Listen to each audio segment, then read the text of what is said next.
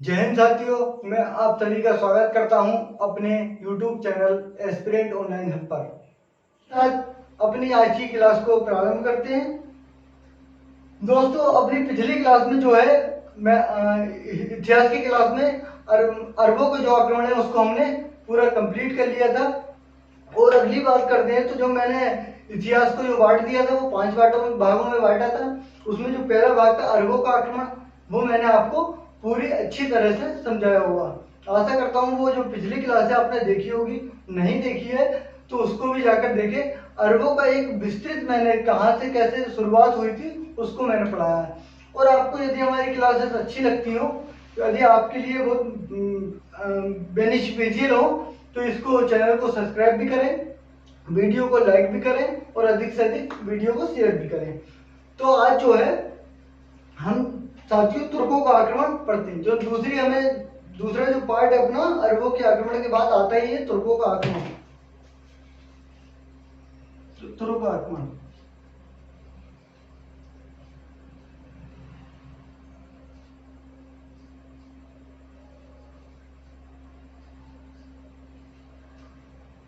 बात कर लेते हैं तुर्कों की। तो साथियों, जैसा कि मैंने आपको बताया था, अरब के क्षेत्र से ही चाहे वो अरबों ने किया हो या ईरानियों ने या किसी ने भी, जो मुस्लिम आक्रमणकारी हैं, जितने भी मुस्लिम आक्रमणकारी आगे भी आएंगे वो सारे के सारे अरब क्षेत्र से आते हैं। लेकिन अरब क्षेत्र से आने के कारण भी आज जो है हमें अरब में जो हमारी जो शुरुआत होती है इस अरब तुर्क आक्रमण की, वो एक अलब्तगीन नामक व्यक्ति से होती है। लेकिन अलब्तगीन जो व्यक्ति है वो कहाँ से, ये अरब का नहीं था मूलतः। जो तुर्क आक्रमण जो शुरू होता है वो अलब्तगीन के नाम से शुरू होता है, लेकिन जो अलब्तगीन है वो अरब का रहने वाला नहीं था। लेकिन क्या था, ये जो मध्य एशिया का जो क्षेत्र था, तजाकिस्तान, तुर्कमेनिस्तान, जो मध्य एशिया का जो क्षेत्र था, इसमें बहुत ही बड़ी मात्रा में बुद्धिस्ट रहा करते थे। मैंने आपको पिछली वीडियो में भी बताया है। लेकिन जो अरबों से जो मुस्लिम धर्म की स्थापना हुई थी, तो ये जो अरबों ने या जो वहां के लोग जो रहते थे, तुर्क जो रहते थे, उन्होंने मध्य एशिया में जाकर बहुत बड़ी मात्रा में धर्म परिवर्तन भी कराया था। तो उन्हीं में से एक व्यक्ति आता है जिसका नाम है अलब्तगीन। अलब्तगीन की आज शुरुआत करते हैं अपने। अलब्तगीन कौन था, कहाँ का रहने वाला था, तो मैंने आपको बता ही दिया। ये बेसिकली तुर्क का ही, टर्की का ही रहने वाला था। तो इसकी बात करते हैं, इसकी अलब्तगीन की।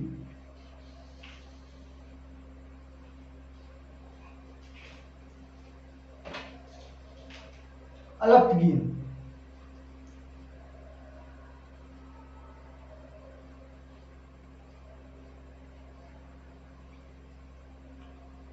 अलब्तगीन की बात करते हैं तो अलब्तगीन जो था वो एक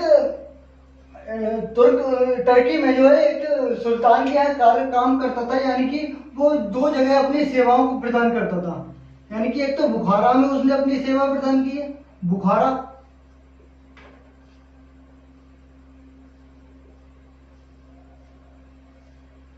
और एक उन्होंने सेवा प्रदान की अपना समरकंद में। समरकंद नहीं, बुखारा और खुरासान में, बुखारा और खुरासान में।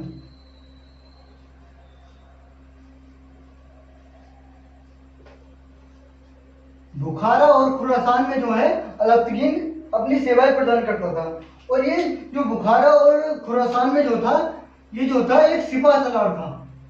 सिपह सलार जो बेसिकली होता है, ये जो है गुलाम होता है। यानी कि वहां के राजा का, यानी कि वहां के सुल्तान का ये जो है गुलाम हुआ करता था, सिपह सलार हुआ करता था, सिपह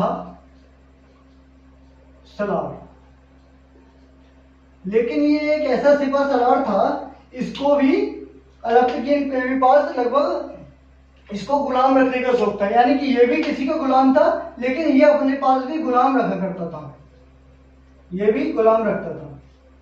और कहा जाता है इसके पास जो है लगभग 1700 गुलाम हुआ करते थे। बहुत बड़ी अधिक यानी कि गुलामों को रखा करता था। ये जो है 1700 गुलामों को रखा करता था। इन गुलामों में से ही एक बहुत इंपोर्टेंट नाम आता है जिसका नाम है शुमुक्तगीन। क्या नाम है? शुमुक्तगीन।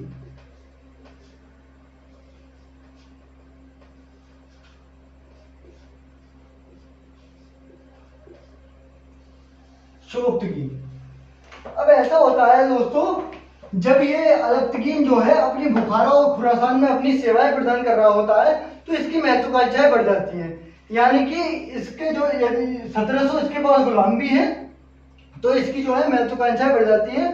और एक दिन जो है ये ये अफगानिस्तान घूमने निकलता है। यानी कि अब ये टर्की में है इस समय, लेकिन ये जो है अफगानिस्तान वाले क्षेत्र में जो है बेसिकली लगभग ऐसे ही घूमने आता है।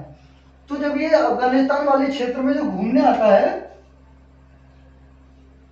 अफगानिस्तान वाले जब क्षेत्र में ये घूमने आता है तो ये अपने जो गुलाम शुमुक्तगीन है और इसकी एक बेटी होती है उसको भी अपने साथ लाता है। यानी कि जब ये अफगानिस्तान घूमने आया,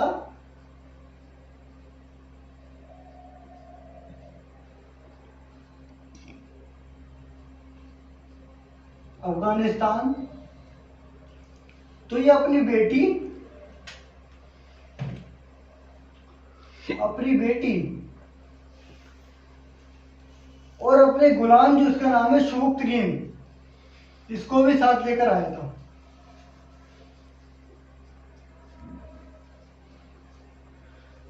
शुमुक्तगीन। होता क्या है दोस्तों, आप आगे पढ़ेंगे और दिल्ली सल्तनत में तो देखेंगे कि जो अधिकतर जो गुलाम होते हैं ना, यदि वो थोड़े से भी योग्य हो जाते हैं तो जो सुल्तान होता है वो अपनी लगभग बेटी की शादी उन्हीं के साथ कर ही देता है, क्योंकि उसको ऐसा लगता है कि आने वाले समय का जो सुल्तान है वही होगा।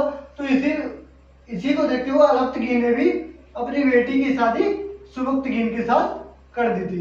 यानी कि शुमुक्तगीन जो हो गया इसका दामाद बन चुका है। क्या है जी? दामाद बन चुका है।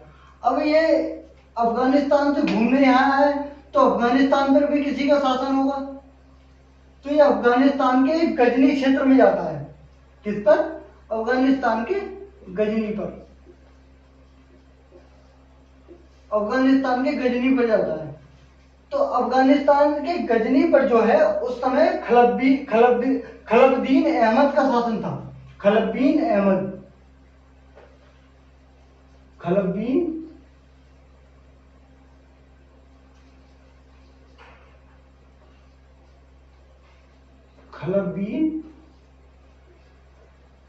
अहमद का शासन था। अब क्या होता है, खलबदीन अहमद को जो है ये अलप्तगीन जो है खलबदीन अहमद को जो है पराजित कर देता है। आया तो घूमने था, लेकिन इतनी इसकी महत्वाकांक्षाएं इतनी बढ़ गई थी कि अलप्तगीन खलबदीन अहमद जो कि गजनी का शासक हुआ करता था इसको पराजित कर देता है। अब इसको पराजित करने के बाद 961 ईस्वी में, कहां पर साथियों? 961 ईस्वी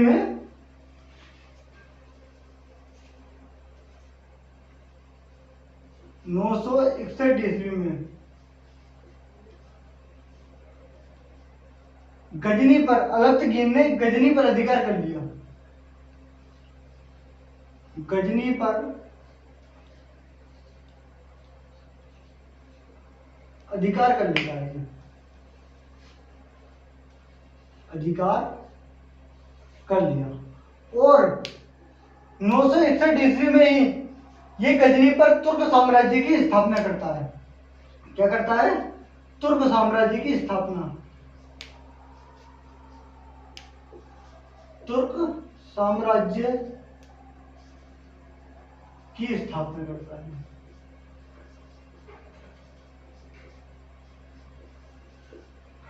अब जब तुर्क साम्राज्य की स्थापना हो जाती है 961 ईस्वी में, ये ज्यादा दिन तक शासन नहीं कर पाता और क्या होता है 963 ईस्वी में इसकी मृत्यु हो जाती है। किसकी? अलप्तगीन की। 963 ईस्वी में 963 ईस्वी में इसकी मृत्यु हो जाती है। 963 ईस्वी में ये इसकी मृत्यु हो जाती है। और अब जो गद्दी पर बैठेगा, मैंने आपको बताया था इसकी बेटी की शादी जो है वो शुभुक्तगीन से हो चुकी है, और इसका प्रमुख गुलाम में से भी यही है, यानी कि अब गुलाम और दामाद जो है वो दोनों का दोनों शुभुक्तगीन बन चुका है। तो अब 963 ईस्वी में ही 963 ईस्वी में 963 एडी में ईस्वी में ही शुभुक्तगीन जो है, हाँ शुभुक्तगीन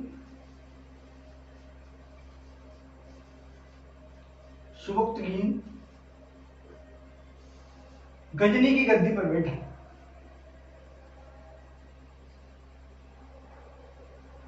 क्या? गद्दी पर बैठा, गद्दी पर बैठा। और ये कब तक बैठता है? ये 963 से लेकर 998 ईस्वी तक बैठता है। 963 से लेकर 998 ईस्वी तक ये बैठता है गद्दी पर। कौन? शुभुक्तगीन। तो मैंने आपको क्या बताया? अलबत्तगीन तुर्क से चलता है और अफगानिस्तान में आता है। अफगानिस्तान में गजनी के शासक खलब्बीन ऐबक को पराजित करता है और गजनी पर तुर्क साम्राज्य की 961 ईस्वी में स्थापना करता है, और 963 ईस्वी में इसकी मृत्यु हो जाती है। और 963 में ही शुभुक्तगीन, इसका गुलाम या दामाद, गद्दी पर बैठता है। अब दोस्तों बात करते हैं जो भारत पे पहला तुर्क आक्रमण जो हुआ है वो किसने किया है। भारत पर जो पहला तुर्क आक्रमण है, यानी कि गजनी की गद्दी पर कौन बैठा है? गजनी की गद्दी पर बैठा है शुभुक्तगीन। तो आक्रमण भी किसके समय होगा? शुभुक्तगीन के समय होगा। तो देखते हैं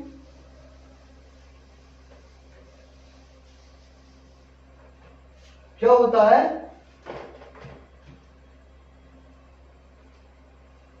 गजनी की गद्दी पर जब शुभुक्तगीन बैठता है, गजनी पे कौन है? गजनी में बैठा हुआ है शुभुक्तगीन।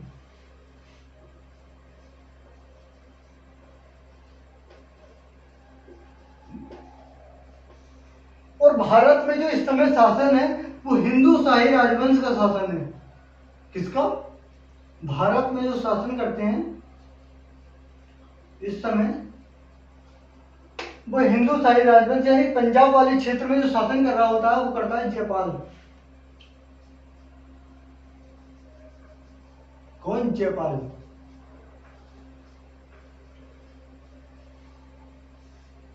भारत में जयपाल है। तो क्या होता है, जैसे जब ये नया नया शासक बनता है गजनी की गद्दी पर, जैसे ये बैठता है तो जयपाल क्या सोचता है? बोले जयपाल जो है इस पर आक्रमण कर देता है, जयपाल इस पर आक्रमण कर देता है। लेकिन ये जो है अभी नया नया बैठा होता है, तो इसके जो है यहां पर जब ये अटैक करता है, लेकिन ये जो नया नया बैठा होता है, ना ही इस पर सेना होती है, ना ही हथियार होते हैं, तो क्या होता है, इनके बीच में हो जाता है समझौता।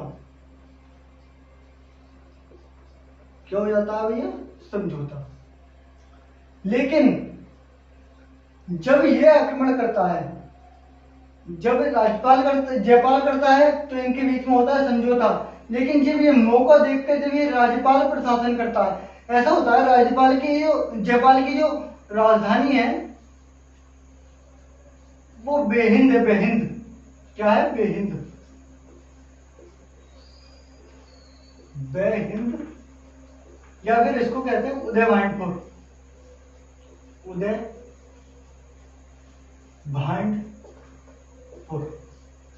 उदय भांडपुर, यानी कि जयपाल की जो राजधानी हुआ करती थी वो बेहिंद या फिर उदय भांडपुर है। जब ये शुभुक्तगीन बेहिंद पर जब अटैक करता है तो कहा जाता है कि जब अटैक करने आता है तो जयपाल की सेना जो है वो एक झंझावातों में फंस जाती है, वो जो है इनसे युद्ध करने में असमर्थ हो जाती है। तो इससे जो है ये जयपाल जो है पराजित हो जाता है। जयपाल यहाँ पर क्या हो जाता है? जयपाल पराजित हो जाता है। यानी कि मेरा कहने का मतलब, आपको समझाने का मतलब था, ये जो भारत पर जो ये वाला अटैक हो रहा है तो ये होता है 977 ईस्वी में, 977 ईस्वी में। यानी कि भारत पर जो पहला अटैक हुआ है वो सुबुक्तगीन ने किया है, और 977 ईस्वी में क्या है, पहला तुर्क आक्रमण, पहला तुर्क आक्रमण, प्रथम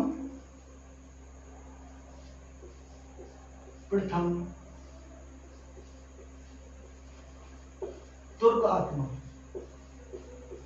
साथियों ये बहुत ध्यान रखने की बात है, क्योंकि ये वन लाइनर में डायरेक्ट ही पूछा जाता है कि पहला तुर्क आक्रमण कब और हुआ था। तो पहला तुर्क आक्रमण 977 ईस्वी को हुआ था। किसने किया था? गजनी पे जो शासन करता था, गजनी की गद्दी पर बैठा था उस समय सुबुक्तगीन। और भारत में कौन था, ये भी बहुत महत्वपूर्ण बात है। तो भारत में था उस समय जयपाल। भारत में कौन था? जयपाल शासन कर रहा था। अब क्या होता है कि 977 ईस्वी में जब अटैक हो जाता है, तो 998 ईस्वी में, 998 ईस्वी में, 998 में सुबुक्तगीन की जो है मृत्यु हो जाती है। सुबुक्तगीन की जो है वो मृत्यु हो जाती है। और सुबुक्तगीन के दो पुत्र हैं, एक का नाम है इस्माइल और एक का नाम है अब्दुल काशिम महमूद। एक का नाम क्या है? एक का नाम है अब्दुल काशिम महमूद और दूसरे का नाम है इस्माइल। एक का है अब्दुल काशिम महमूद, अब्दुल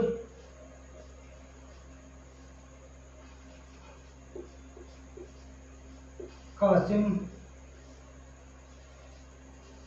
महमूद और दूसरे का नाम है इस्माइल।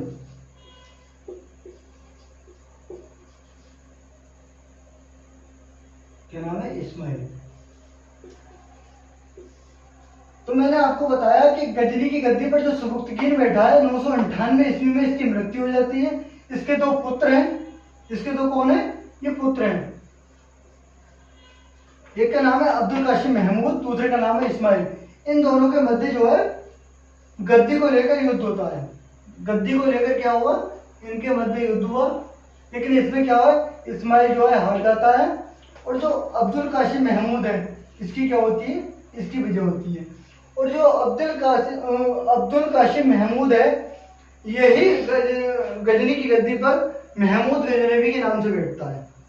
कौन? अब्दुल काशिम महमूद ही गजनी की गद्दी पर महमूद गजनवी के नाम से बैठता है। यानी कि आगे शासन जो है तो महमूद गजनवी के नाम से करता है। तो अब देखेंगे जो गजनी की गद्दी पर कौन बैठा? महमूद गजनवी।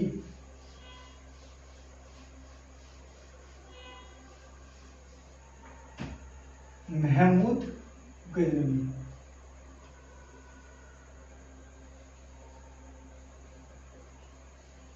महमूद गजनवी। महमूद गजनवी जो है मैंने आपको बताया था कि 998 ईस्वी पर गद्दी पर बैठता है। कब? 998 ईस्वी पर, ईस्वी में। कब? 998 ईस्वी पर ये गद्दी पर बैठता है। और जब ये गद्दी पर बैठता है तो बगदाद का जो खलीफा होता है उसका नाम है अल कादिर बिल्लाह। क्या नाम है खलीफा का? अल कादिर बिल्लाह।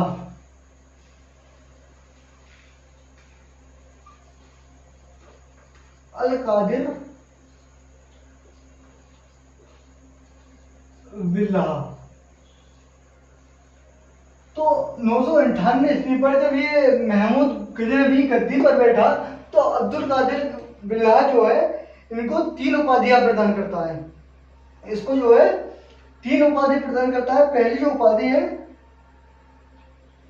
उपाधि प्रदान करता है ये करता है सुल्तान की, यानी कि सुल्तान की।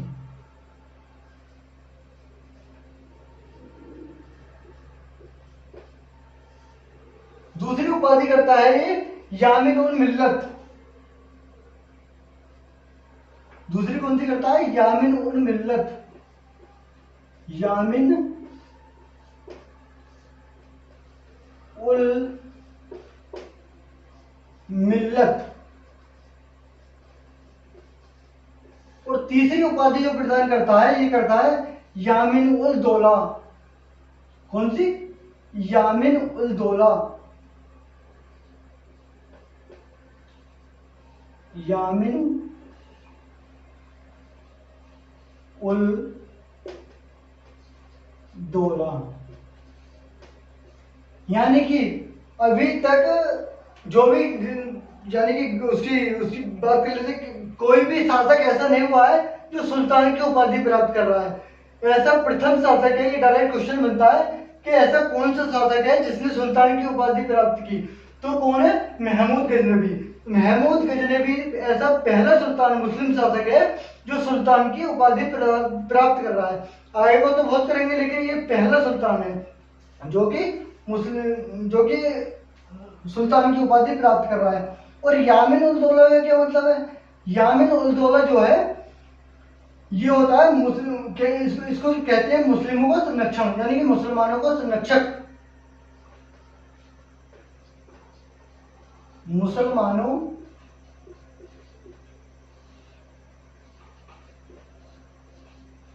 का संरक्षक,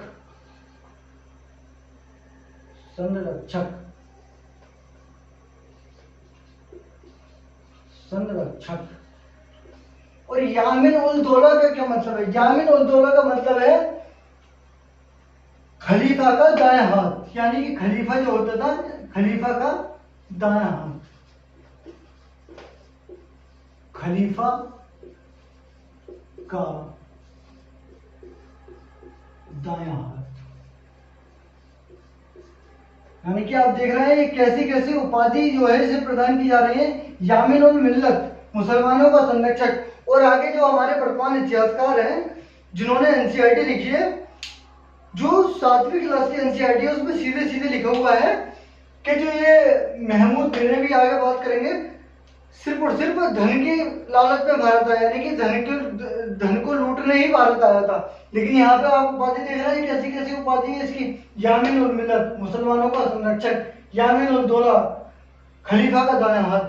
जो एक धार्मिक गुरु का दायां हाथ होगा वो सिर्फ और सिर्फ, और तुर्क क्या है? तुर्क शुरू से ही इस्लाम धर्म का प्रचार कर रहे हैं, तो ये सिर्फ और सिर्फ क्या, धन के लालच में भारत आया होगा। जो आधुनिक भारत के इतिहासकार हैं उनका कहना है कि ये सिर्फ और सिर्फ धन के लालच में आया है। कि जो इतिहासकार हुए इनका नाम है इरफान हबीबी, तो उनका डायरेक्टली ये कहना है कि सिर्फ और सिर्फ धन के लालच में आया है। तो ऐसा तो है नहीं, क्योंकि इसके जो उपाधियां हैं यामिन उल मिल्लत या फिर यामिन उल दौला, ये बिल्कुल भी इसको प्रूव नहीं करती कि ये सिर्फ और सिर्फ धन के लालच में आया। और देखिए जब ये गद्दी पर बैठता है तो ये एक गद्दी पर बैठता है ना, तो ये एक शपथ ग्रहण करता है। क्या करता है? शपथ ग्रहण करता है। क्या करता है? ये कहता है मैं प्रत्येक वर्ष भारत पर आक्रमण करूंगा। प्रत्येक वर्ष ये शपथ ग्रहण करता है। किसके सामने? खलीफा के सामने। खलीफा के सामने शपथ ग्रहण करता है कि मैं प्रत्येक वर्ष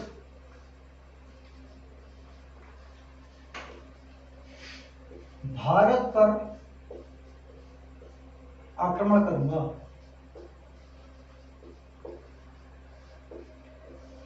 भारत पर प्रत्येक वर्ष आक्रमण करूंगा। और इसने दोस्तों भारत पर लगभग पूरे पूरे 17 बार कहा जाता है कि इसने जो है 17 आक्रमण किए हैं भारत पर। 17 आक्रमण किए हैं। और ये जो 17 आक्रमण का जो विवरण मिलता है कि हम कैसे माने कि इसने 17 आक्रमण किए हैं, तो एक अंग्रेज इतिहासकार हुआ है जिसका नाम है इलियड। एक अंग्रेज इतिहासकार है जिसका नाम है इलियड। इलियड। तो इलियड जो अंग्रेज इतिहासकार है, इसने अपनी किताब में लिखा है कि इसने 17 बार आक्रमण किए। यानी कि हमको जो साक्ष्य मिलते हैं इलियड की बुक से मिलते हैं कि इसने 17 बार भारत पर आक्रमण किया था। अब इसके हम मुख्य उद्देश्य की बात करते हैं कि इसका क्या मुख्य उद्देश्य क्या था भारत पर आक्रमण करने का। तो यहां पर कर ले रहे हैं मुख्य उद्देश्य। तो जैसे कि मैंने आपको बताया, पूरी एनसीईआरटी में एक बात और लिखी हुई है कि जब ये गद्दी पर बैठता है 998 ईस्वी पर, जब ये गद्दी पर बैठता है 998 ईस्वी पर जब ये गद्दी पर बैठा था, तो ये जो टर्की से भारत आया था, यानी कि मध्य एशिया पर ये अपने राज्य का विस्तार करना चाहता था। तो ये मध्य एशिया पर आक्रमण करना चाहता था। तो मध्य एशिया पर आक्रमण करने के लिए जो है, साम्राज्य विस्तार करने की नीति को आगे बढ़ाते हुए इसने सोचा, यदि मैं स्थानीय तौर से सेना रखूंगा या फिर सेना को नगद वेतन दूंगा, जो भी बात है, सेना को वेतन देना या फिर नगद वेतन देने की तो प्रणाली आगे शुरू होगी, सेना को वेतन देना या सेना को रखना, तो बहुत ही धन की जरूरत पड़ेगी। तो एनसीईआरटी में ऐसा लिखा हुआ है कि सिर्फ और सिर्फ ये इसी कारण भारत आया था, यानी कि धन के लालच में भारत आया। तो हम, क्योंकि हमें जो हमारे जो पेपर होते हैं अधिकांश एनसीईआरटी को आधार मानकर ही किए जाते हैं, तो इसका मुख्य उद्देश्य जो है हमें लिखना पड़ेगा कि धन की प्राप्ति था, धन की प्राप्ति। लेकिन हम नकार नहीं सकते कि धन के साथ साथ, ये भी बहुत बार पेपर में आया है, यानी कि दोनों ऑप्शन आए थे या एक भी आता है, इस्लाम धर्म का प्रचार करना, इस्लाम का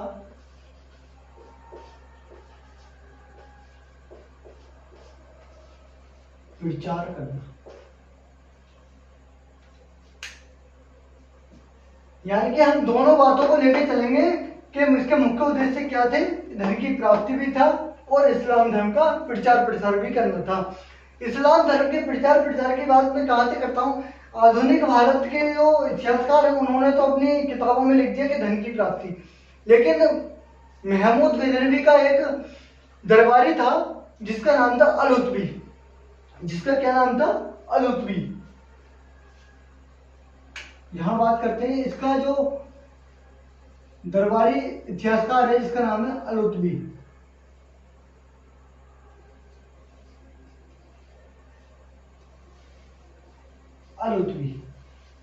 अल-उतबी जो है अपनी किताब में लिखता है कि मेरा जो सुल्तान है वो जिहाद करने जा रहा है।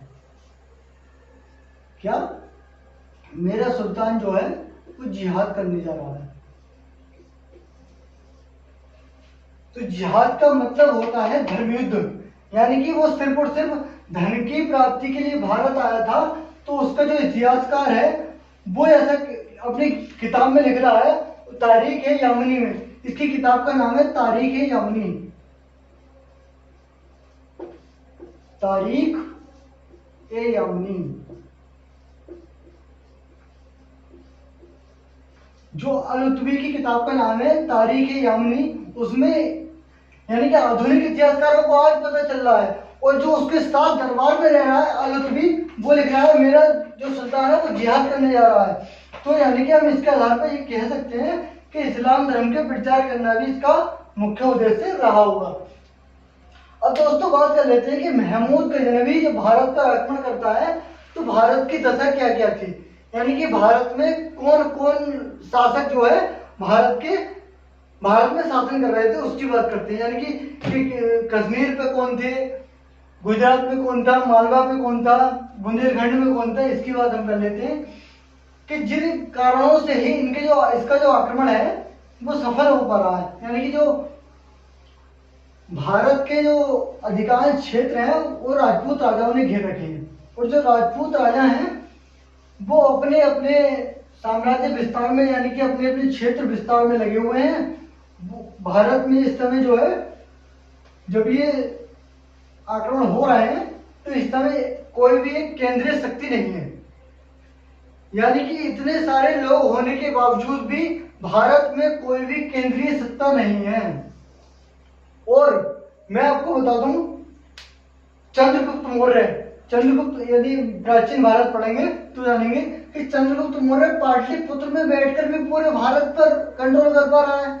और यहाँ के शासक इस समय की स्थिति क्या है कि जम्मू कश्मीर में जो है लोहार वंश का शासक है, गुजरात में चालुक्य का है, मध्य भारत में चौहान वंश है, मालवा में परमार है, बंगाल में पाल वंश का शासक है, दक्षिण में चोल है।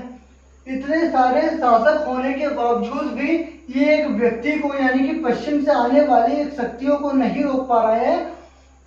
और जो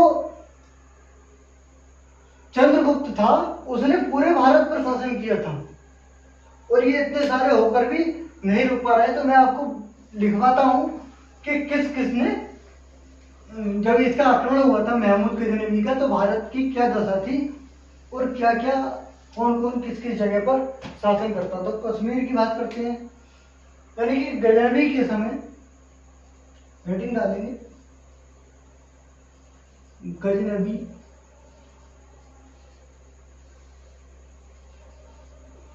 के समय भारत की स्थिति, भारत की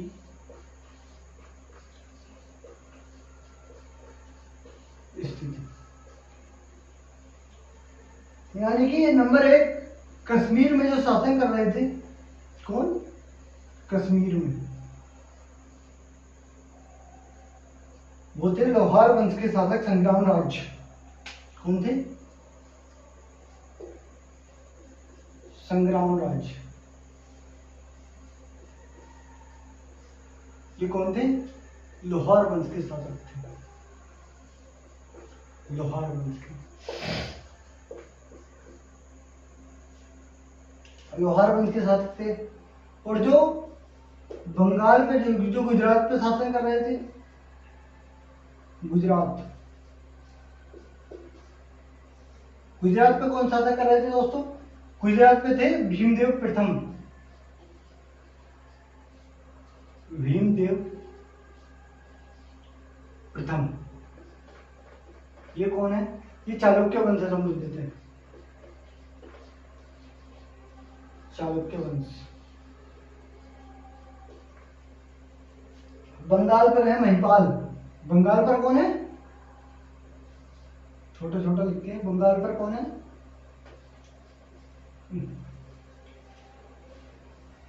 बंगाल पर शासन कर रहे हैं महिपाल।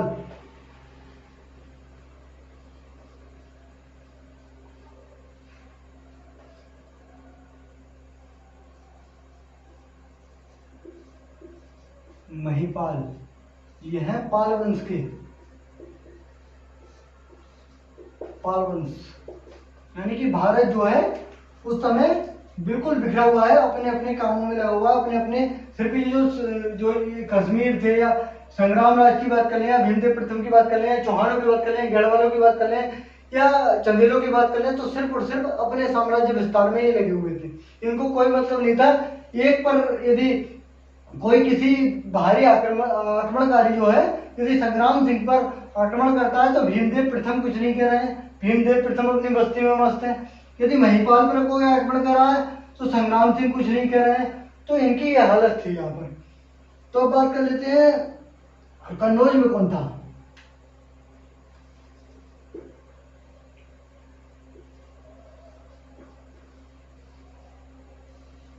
कन्नौज में थे राजपाल।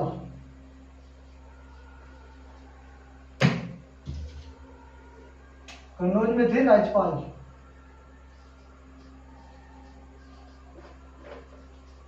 जो राजपाल थे ये गुर्जर प्रतिहार वंश के शासक थे। गुर्जर प्रतिहार वंश के शासक थे। बात करते हैं मध्य भारत में कौन था।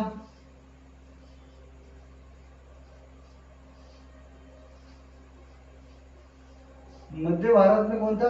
तो मध्य भारत में चौहान वंश, चौहान डायनेस्टी, चौहान वंश। मालवा पर थे परमार। कौन थे जी? मालवा पर थे परमार। मालवा पर शासन कौन कर रहा था? मालवा पर शासन कर रहे थे परमार।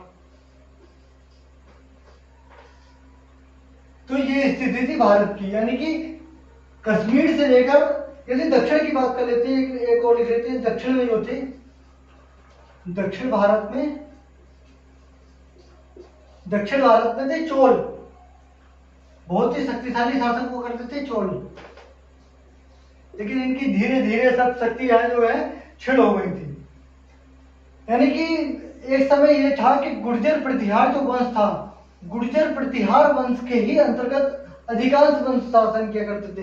यानी कि जो तोमरों ने तक, यहाँ तक एनसीईआरटी में डायरेक्टली लिखा हुआ है कि तोमरों ने जो शासन किया है वो गुर्जर प्रतिहार वंश के अंतर्गत ही शासन किया है। लेकिन जब गुर्जर प्रतिहार वंश की स्थिति जब दयनीय हो गई तो जो तोमर है उन्होंने इससे अपने आप को अलग कर लिया और एक अलग साम्राज्य की स्थापना कर दी थी, जिन्होंने दिल्ली नगर की स्थापना की थी वो तोमरों ने की थी। जो उस समय जो दिल्ली का नाम रखा था वो रखा था दिल्ली का, जिन्हें की थी तोमरों ने। तोमर भी यहीं कहीं शासन कर रहे थे। लेकिन जो वर्तमान समय की स्थिति थी, जो गजनवी की आक्रमण हो रहा है, जो 1000 ईस्वी से शुरू होगा और 1027 तक, यानी कि इसे 17 आक्रमण जो किए हैं, उस समय भारत की जो स्थिति थी वो मैंने आपको बताई। कश्मीर पर संग्राम राज लोहार वंश के शासक राज्य करते थे। गुजरात पर भीमदेव फर्स्ट चालुक्य वंश के शासक राज्य करते थे। बंगाल में महिपाल शासन करता था पाल वंश का। कन्नौज में राजपाल शासन करता था। राजपाल की स्थिति तो बहुत गंदी हो जाएगी, भाग जाएगा अभी ये अपने कन्नौज को छोड़कर। गुर्जर प्रतिहार वंश के शासक थे। यानी कि एक बात है कि राज्यपाल अपना शासन छोड़कर भाग जाएगा। और जो इसमें नागभट्ट प्रथम जो हुए हैं, गुर्जर प्रतिहार वंश का एक शासक हुआ है नागभट्ट प्रथम। उसने तुर्कों को बहुत मार के भगाया है, लेकिन राजपाल उसी वंश का एक शासक है। राजपाल जब इस पर आक्रमण होगा 1018 ईस्वी में, तो ये कन्नौज को छोड़कर भाग जाएगा और इस कारण विद्याधर हत्या भी कर देगा। और मध्य भारत पर चौहान वंश शासन करता था। मालवा में परमार थे, दक्षिण भारत में चोल थे। यानी कि पूरे का पूरा भारत एक छोटे छोटे साम्राज्यों में, साम्राज्य तो नहीं करते कहेंगे, छोटे छोटे राज्यों में टूटा हुआ था। तो मैंने आपको भारत की स्थिति बताई। अब जो देखेंगे गजनवी के भारत पर आक्रमण, यानी कि कैसे कैसे गजनवी ने भारत पर जो है वो आक्रमण किए हैं।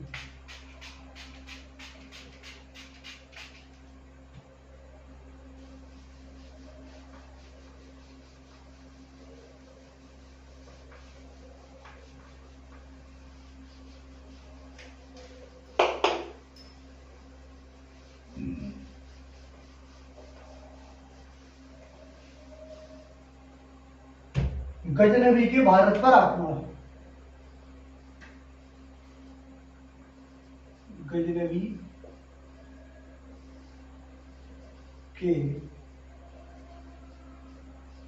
भारत पर आक्रमण।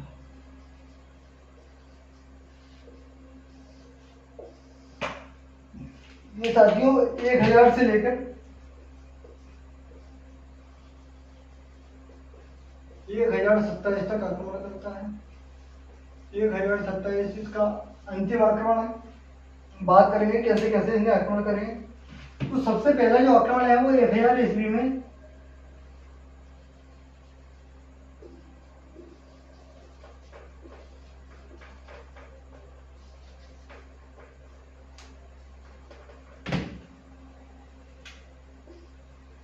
एक 1000 ईस्वी में जो आक्रमण करता है सबसे पहले गजनवी,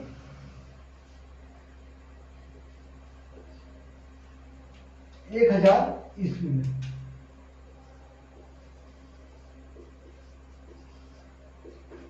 ये पंजाब के सीमावर्ती इलाकों को, सीमावर्ती क्षेत्रों को जीतता है। किसके? पंजाब के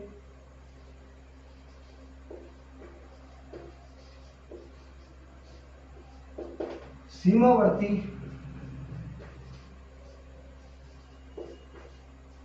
क्षेत्रों को जीता। इसके बाद जो है ये 1001 में आक्रमण करता है। 1001 में आक्रमण करता है।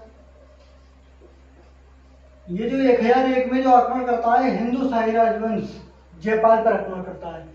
यानी कि जो पंजाब से आगे का जो क्षेत्र था, यानी कि पंजाब ही मान लें तो उस समय जो शासन करते थे हिंदू शाही वंश के जो शासक थे उनका नाम था जयपाल, यानी कि हिंदू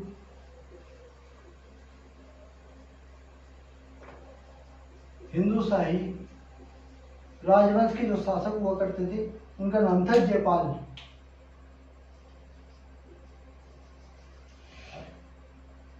क्या था? जयपाल। अब क्या हुआ मैं आपको बताता हूं दोस्तों। जो गजनवी के पिता हुआ है कौन? सुबुक्तगीन, तो उसने भी जयपाल पर आक्रमण किया था। तो जो इन लोगों का जो उद्देश्य था वो सिर्फ धन लूटना भी था। तो ये धन लूट के यानी कि साम्राज्य की स्थापना की इनकी कोई मन में अभी तक बात नहीं थी। यानी कि जो अभी अरब आक्रमण हुए या तुर्क आक्रमण हुए इन्होंने अपने साम्राज्य की कहीं पर भी स्थापना की बात नहीं कही थी। यानी कि जब इसने पहले भी सुबुक्तगीन के समय जयपाल पर आक्रमण हुआ और गजनवी ने भी जब जयपाल पर आक्रमण किया तो जयपाल जो है इन आक्रमणों से परेशान हो गया और इसने सिंधु नदी में कूदकर अपनी जान दे दी, यानी कि इसने आत्महत्या कर ली। ऐसे ऐसे तो भारत में शासक हुए थे, आत्महत्या कर ली।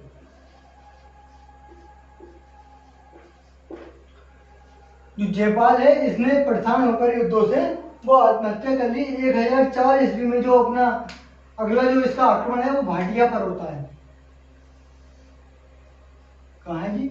1004 ईस्वी में जो ये आक्रमण करता है, यानी कि पहला आक्रमण ये पंजाब पर कर रहा है, यानी कि पंजाब के सीमावर्ती क्षेत्रों को जीत रहा है, फिर आगे बढ़ता है, यानी कि क्रम से ये भी क्रम से चल रहा है। 1000 में बिहार जीता, 1000 में थोड़ा आगे बढ़ता है, पंजाब पर ही शासन कर रहा होता है हिंदू शाही राजवंश जिसका शासक है जयपाल, और जयपाल जो है वो आत्महत्या कर लेता है। और फिर 1004 में जो ये आक्रमण करता है 1004 ईस्वी में करता है, फिर 1004 ईस्वी में करता है, वो करता है भाटिया पर। कहां पर? भाटिया पर। भाटिया पर। भाटिया से इनने जो है बहुत ही यहाँ पर भाटिया के अंदर जो बीजी राय थे, यहाँ के शासन थे बीजी राय, तो यहाँ से इनने खूब धन की प्राप्ति करी। यहाँ से क्या जो इसका उद्देश्य था धन की प्राप्ति और इस्लाम धर्म का प्रचार प्रसार करना, तो यहाँ से इसने धन लूटा। जहां पर भी इसको धन मिलता था वहां ये धन लूटने का काम बहुत बड़ी मात्रा में कर रहा था। अब 1005 ईस्वी में जो है ये मुल्तान पर आक्रमण करता है। 1005 ईस्वी में ये आक्रमण करता है मुल्तान पर। कहां पर? मुल्तान पर।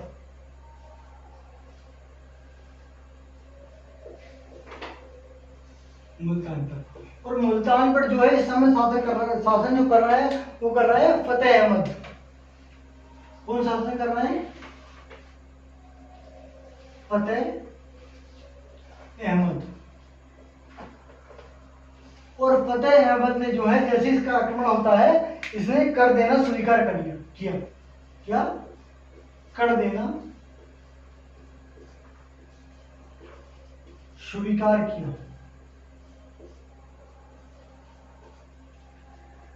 दोस्तों यहाँ तक आक्रमण समझ में आया आपको? 1000 ईस्वी, 1001 ईस्वी, 1004, 1005।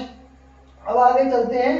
इसका जो आक्रमण होता है 1008 ईस्वी पर होता है। और फिर क्या होगा? फिर हिंदू शाही राजवंश इसका जो बेटा है आनंदपाल इस पर आक्रमण होगा। कब होगा वो? 1008 ईस्वी में।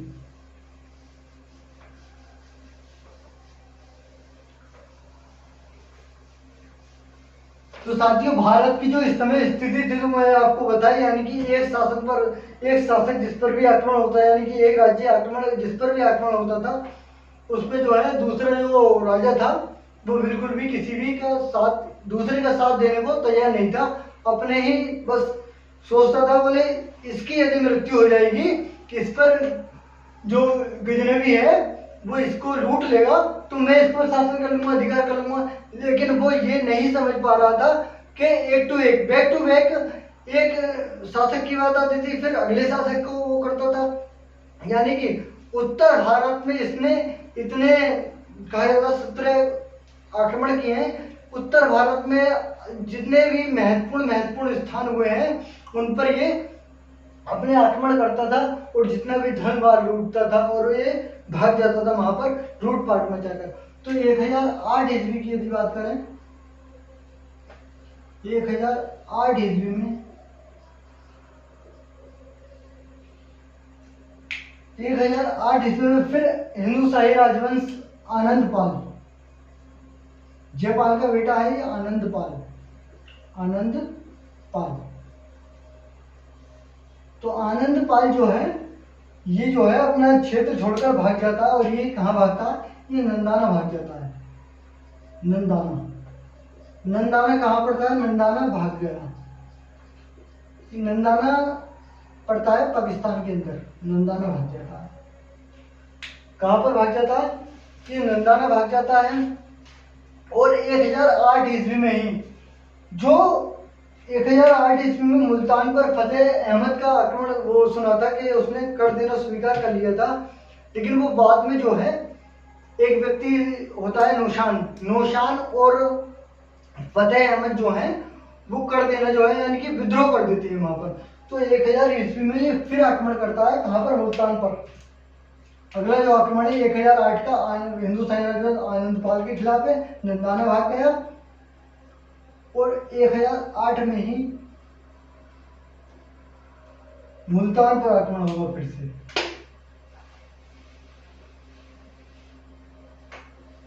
मुल्तान, और मुल्तान में कौन कौन वो कर रहे हैं इस समय, कौन कौन बैठे हुए, यानी मुख्य तौर से तो फतेह दाऊदी,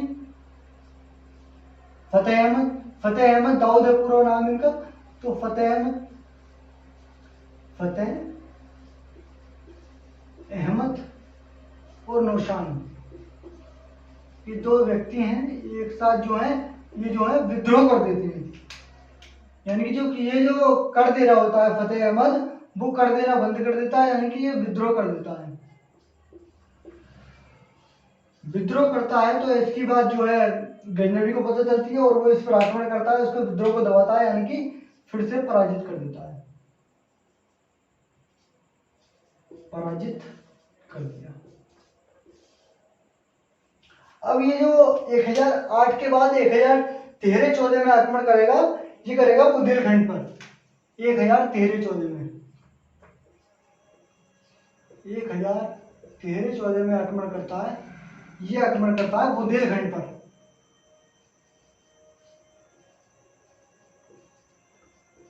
बुंदेलखंड पर, और बुंदेलखंड में उस समय जो शासक राजा था उसका नाम था कीर्ति राय। क्या नाम था, कीर्ति राय।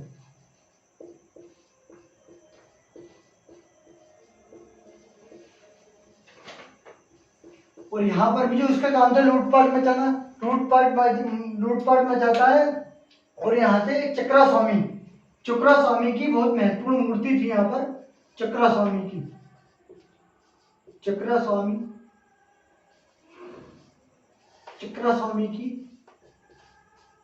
मूर्ति ले जाता है,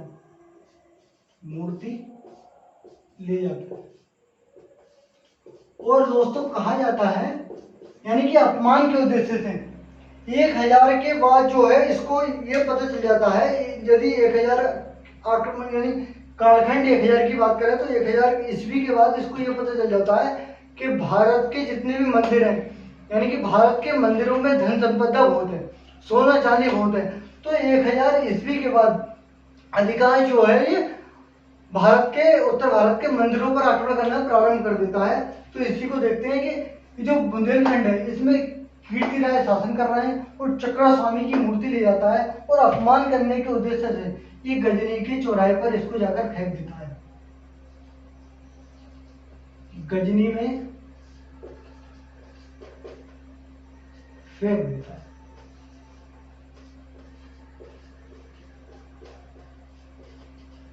गजनी में फेंक देता है। और फिर 1013-14 में ही ये जो आनंदपाल भागा था नंदाना, यहां पर दोबारा आक्रमण करेगा। कब? 1013-14 में। 1013 14 में ही आक्रमण करता है, कहां पर? नंदाना पर।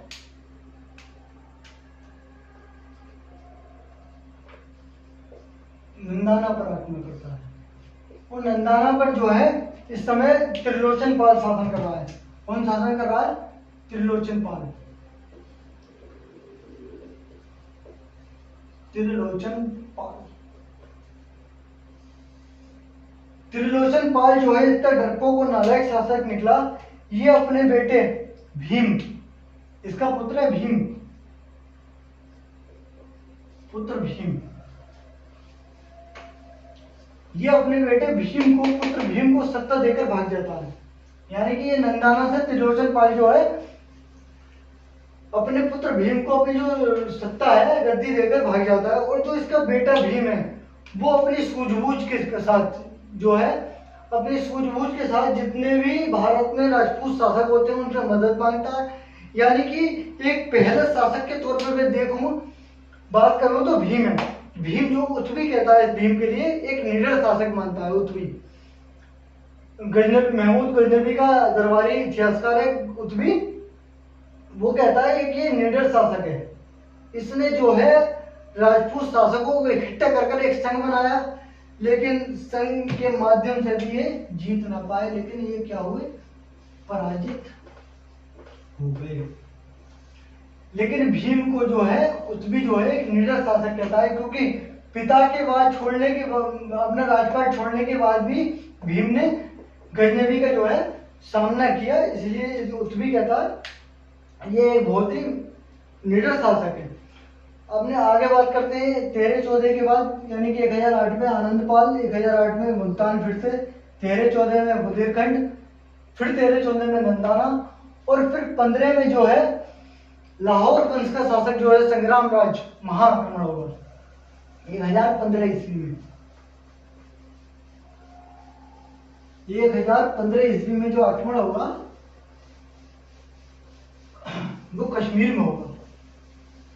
अब तक कश्मीर वाले जो है तमाशा देख रहे थे, किसी का साथ देने नहीं आए थे। यहाँ तक कि जो भीम ने जो संघ बनाया था उसमें भी कश्मीर के राजा संग्राम सिंह अभी तक नहीं आए हैं। और अब जब कश्मीर में जब अटैक होगा 1015 ईस्वी में, 1015 ईस्वी में कश्मीर पर अटैक होता है। कहाँ होता है? कश्मीर में। और कश्मीर के राजा जो हैं वो है संग्राम राज।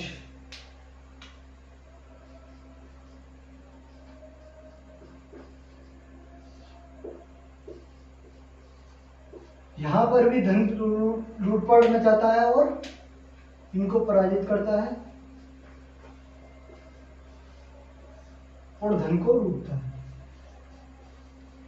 धन लूट, यानी कि जो अपनी ये मुख्य कार्य है धन को लूटना।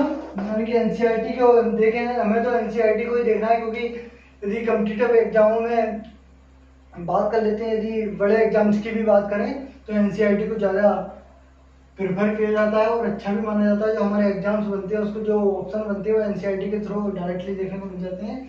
तो धन की लूट के चक्कर में ही ये कश्मीर पर आक्रमण करता है और कश्मीर से धन को लूटता है। संग्राम सिंह कुछ नहीं कर पाते, यानी कि हार जाते हैं। और 1018 में जो आक्रमण करता है, 1018 में जो आक्रमण करता है संग्राम राज, 1018 का जो आक्रमण है ये है कन्नौज पर। 15 के बाद 18 में आक्रमण होता है, ये होता है कन्नौज पर। और कन्नौज पर आपको मैंने बताया था कौन बैठा है? राजपाल। कन्नौज पर कौन बैठा है? राजपाल। गुर्जर प्रतिहार वंश का एक शासक है राजपाल। और ये क्या करता है, जैसे ही आक्रमण की सुनता है और ये कन्नौज को छोड़कर भाग जाता है। और जब ये कन्नौज को छोड़कर जब भागता है ना, ये भाग गया अब जब कन्नौज को छोड़कर ये भागता है तो एक चंदेल शासक है। कौन है? चंदेल शासक है।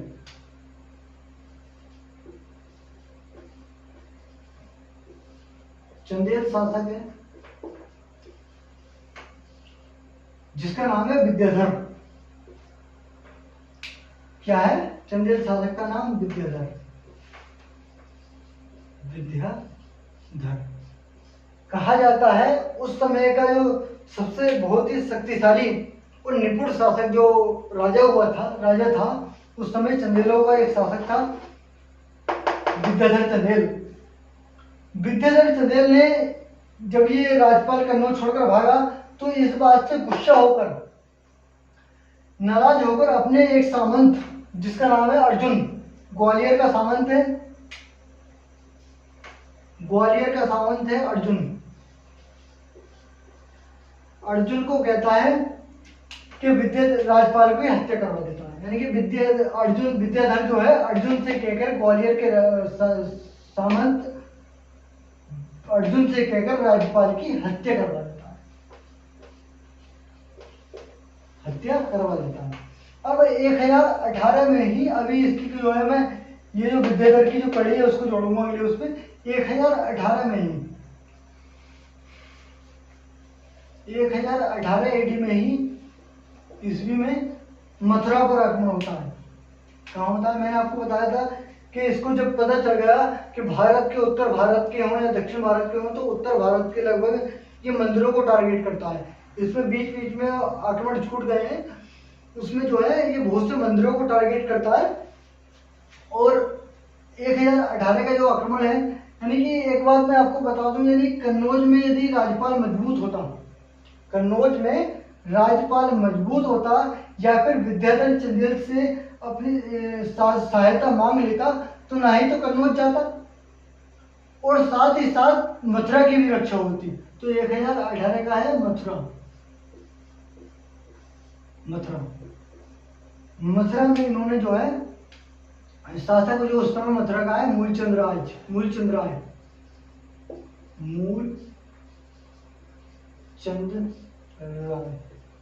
ये तो एक बहुत ही कमजोर शासक है। तो यहाँ पर जो है मंदिरों को इसने खूब लूटपाट मचाई और धन को अपने साथ भर कर ले गया। खूब लूटपाट मचाई।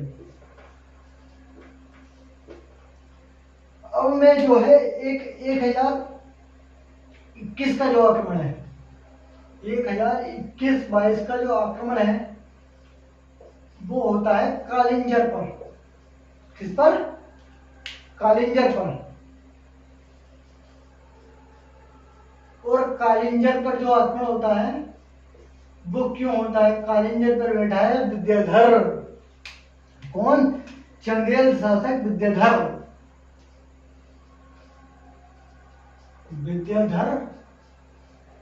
चंदेल। विद्याधर चंदेल बैठा है कहां पर? कालिंजर पर। तो ये आक्रमण जो होता है विद्याधर चंदेल के कालिंजर पर, जब विद्याधर जो है अर्जुन से कहकर इसकी जो है हत्या करवा देता है। किसकी? राजपाल की जो हत्या करवा देता है, तो इसकी बात जो है वो महमूद गजनवी को पता चलती है कि मैंने जहां पर आक्रमण किया कन्नौज के क्षेत्र पर, उससे मुझसे डरकर भागा कौन? राजपाल। और जो मुझसे डरकर भागा तो ऐसा कौन आदमी है जिसने उसकी हत्या कर दी? तो इस बात से नाराज होकर ये चिढ़कर 1021 ईस्वी में कालिंजर पर आक्रमण करता है। और विद्याधर चंदेल, जैसा कि मैंने आपको बताया, बहुत ही शक्तिशाली और निडर शासक हुआ करता था। कहा जाता है जब दोनों सेनाएं आमने सामने थी तो ना ही तो महमूद गजनवी आगे बढ़ रहा था और ना ही विद्याधर चंदेल आगे बढ़ रहा था। यानी कि दोनों के मन में एक डर था कि कहीं मैं पराजित ना हो जाऊं, या फिर गजनवी सोच रहा था कि मैं पराजित ना हो जाऊं। यानी कि दोनों के मन में एक, ये उत्बी की किताब है उसमें लिखा है, तारीख यामिनी में ये इस बात का जिक्र है कि इनके मध्य जो संघर्ष होता है उसका कोई निर्णय नहीं निकलता है। आखिरकार यहाँ जो हो जाती है संधि हो जाती है। पेपर में डायरेक्ट आता है कि ऐसा कौन सा राजपूत शासक है जो गजनवी से जिसके आमने सामने हुआ, लेकिन डायरेक्टली क्वेश्चन पूछा जाएगा कि गजनवी से जो कौन राजपूत शासक नहीं आ रहा, या जो गजनवी के सामने टिकने की हिम्मत रख चुका, ऐसा जो शासक है वो है विद्याधर चंदेल। ये 21-22 की घटना है। मैंने आपको बताया 1015 में कश्मीर पर हुआ, 1018 में कन्नौज पर हुआ, राज्यपाल जो कि भगोड़ा एक निकला, 1018 में मथुरा पर हुआ, मथुरा के मंदिरों को तोड़ा गया, नष्ट किया गया, इनका जो मूल उद्देश्य भी था। आगे चल के एक उपाधि भी मिलेगी इसे, शायद मेरा मानना तो यह है जब ये गजनी पहुंच जाता है तब इसको ये उपाधि मिलती है बुद्ध सिकंद की, यानी कि मूर्ति भंजक, मूर्ति को तोड़ने वाला। उससे पहले अपनी बात करते हैं 1025 के 1021-22 के बाद जो अटैक हुआ है 1025 में हुआ है, और वो बहुत ही इम्पोर्टेंट और महत्वपूर्ण, यदि गजनी के महमूद गजनवी के लिए माने तो उसके लिए भी महत्वपूर्ण है, और हमारे सिलेबस के लिए तो वो महत्वपूर्ण है ही है, क्योंकि गजनी को जो है वो अपार धन संपत्ति जो है वो सोमनाथ के मंदिर से ही प्राप्त हुई थी। तो 1025 का जो आक्रमण है, 1025 का जो आक्रमण है वो गुजरात पे होता है, गुजरात के सोमनाथ पर। सोमनाथ मंदिर है, मैं डायरेक्टली सोमनाथ लिख रहा हूं, सोमनाथ। और गुजरात में जो उस समय शासन कर रहा था वो चालुक्य वंश का शासक भीमदेव प्रथम था। कौन था? भीमदेव फर्स्ट। इसको पराजित किया। कुछ इतिहासकारों का दोस्त कहना है कि जब यह आक्रमण होता है तो सोमनाथ की दशा इतनी खराब नहीं होती, क्योंकि सोमनाथ के पुजारियों ने जो है ना एक अंधविश्वास के चलते ऐसा कहा जाता है कि सोमनाथ मंदिर के पुजारी जो थे, इसलिए बहुत बड़ा मंदिर है और उसमें काफी संख्या में जो है पुजारी काम किया करते थे, यानी पुजारी जो है काम कर रहे हूँ, पूजा पाठ का जो विधि है उसको संचालन जो है बहुत बड़ी मात्रा में पुरोहित लोग किया करते थे। तो ऐसा कहा जाता है कि उन पुरोहितों ने भीमदेव को सूचना ही नहीं दी, यानी कि एक अंधविश्वास की बात रही कि जो हमारे सोमनाथ मंदिर में जो स्थित जो शिवलिंग है वो हमारे मंदिर की और हमारी रक्षा करेगा, लेकिन ऐसा कुछ नहीं हुआ।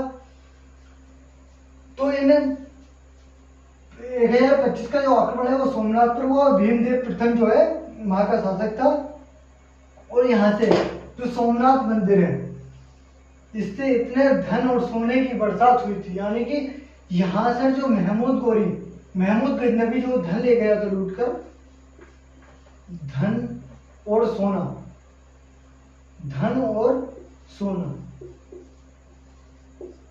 बहुत बड़ी मात्रा में लूटा था यहाँ से, बहुत बड़ी मात्रा में।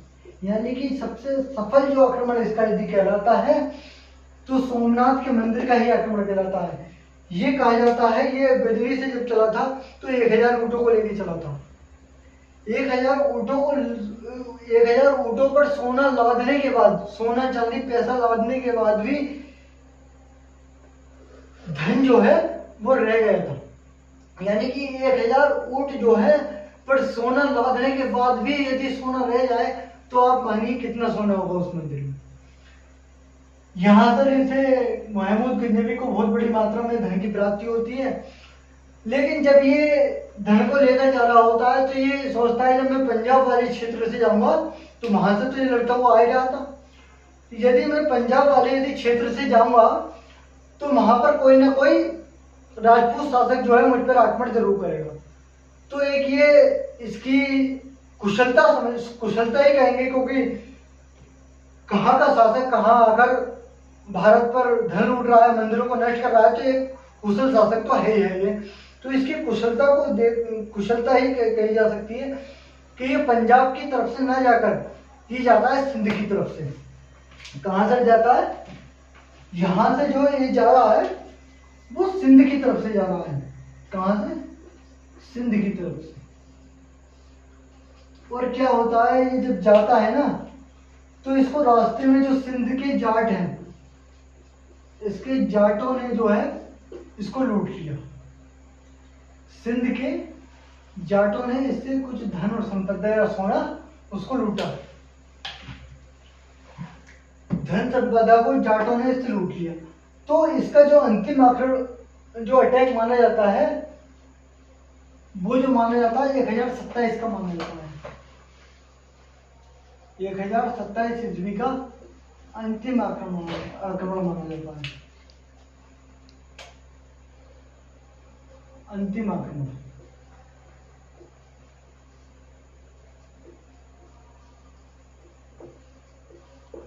यानी कि जो जिन जाटों ने सिंध से जब ये जा रहा था, जिन जाटों ने इसको लूटा था, किसको, महमूद गजनबी को, उन जाटों के खिलाफ ये आक्रमण करता है, यानी कि जाटों के खिलाफ।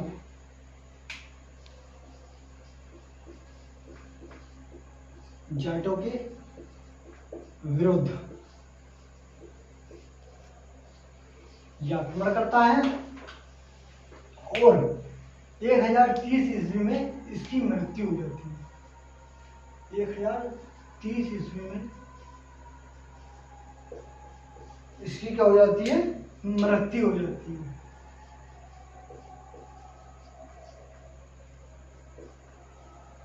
एक 1030 ईस्वी में मृत्यु हो जाने के बाद यदि उत्तर भारत की बात करें तो उत्तर भारत में जो ये वाला जो क्षेत्र आएगा अपना, पंजाब वाला, अफगानिस्तान वाला, इसके जो छोटे छोटे शासक थे वो मतलब कि शुक्र मनाते हैं कि ऐसे शासक से हमें निजात प्राप्त हुआ, इसकी मृत्यु हो गई। यानी कि इसने इधर वाले शासकों को बहुत परेशान कर रखा था। तो दोस्तों, आज मैंने जो आपको बताया, महमूद गजनबी के जितने भी भारत पर आक्रमण हुए वो 1001 से लेकर 1001 का, 1004 का, 1005 का, 1006 का, 1005-06 का, 1008 का, 1008 के बाद 1008 में लगभग 2 आक्रमण करे इन्हें। फिर जो महत्वपूर्ण आक्रमण हुआ वो 1013-14 में करा इन्हें कीर्ति राय पर, 1013-14 में नंदाना पर करा, 1015 में सिंध पर करा, 1015 के बाद 1018 पर जो महत्वपूर्ण आक्रमण हुआ वो कन्नौज पर हुआ, 1018 के बाद 1021-22 में होता है। और जो महत्वपूर्ण इसका जो आक्रमण है वो सोमनाथ का आक्रमण हुआ, जिसमें इसे खूब धन संपदा प्राप्त हुई और ये 1030 में इसकी मृत्यु हो जाती है।